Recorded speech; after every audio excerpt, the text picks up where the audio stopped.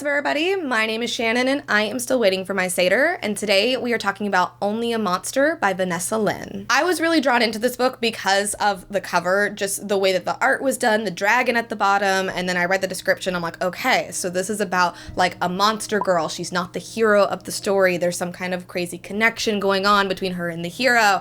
And you know that's what I like. If it sounds like Raylo, I'm like, yes, I have to try this book. And plus, I like when like it's a monster girl and like a hero boy. It's kind of an interesting dynamic. So going into this, I was expecting this to be like a monster girl story. And it's not. So by monster, really we have these families of people who are called monsters because they can steal time from people and use that to travel back and forth in time. Now, I am very particular when it comes to time travel. Something about it, I'm like, wait, hold on. Like, there are rules, this, that, and the other thing.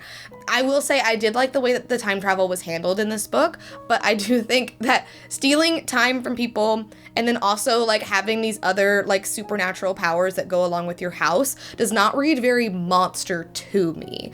And so anytime they were being described, it's like, oh, I'm a monster, I do these monstrous things. I'm like, no, you don't. You travel through time. Like, sure, you're stealing time from people so like they might die sooner or that kind of thing, but it just didn't read like at that level that I was expecting it to be from the cover and from the description. I do think that the journey was pretty fun. I think Joan goes on a really interesting journey of like discovering who she is and how she fits into her family, and like naturally she is like the object of this kind of prophecy type of thing, and naturally she has a power that's different from the rest of her family because she's the main character and all that kind of stuff. But I did enjoy it, and I did really like the power that she is given, like the way that you see her realize, you know, her full strength by the end of the book, I felt was really cool. And I do like her relationship with the human hero. However, her and her rival. Now, normally I'm like, no. Like, rivals to lovers, you know, whatever. It has its moment, but it's enemies to lovers all the way. Not in this case. I just, you know, her traveling around with the heir to the rival family who hates her just because she's from that family. It was giving very Hermione. And I was very into that. And there's something about like the soulmates idea that is introduced in this book and like who is Joan's soulmate and all of that, and I was very much into that. I will say though, like this book reads to me very like early 2010s YA, just in the way that the story goes with the love triangle, the powers, all that kind of stuff. But I do think it was an enjoyable ride.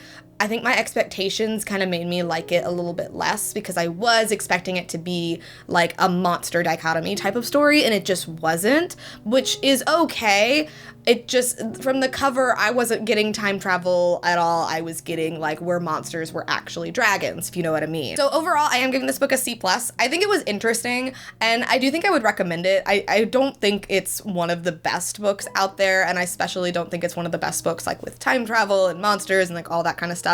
But it is very like crave mixed with School for Good and Evil, and there's something about that did make it very fun. So I would be inclined to read more of Joan's story. So like I said, C+ for me. We'll see where it goes. Anyway, thank you guys so much for watching this video. If you liked it, be sure that like button down below, and don't forget to subscribe to Talk Books with me every week. That's everything I got for today, and I'll see you guys next time.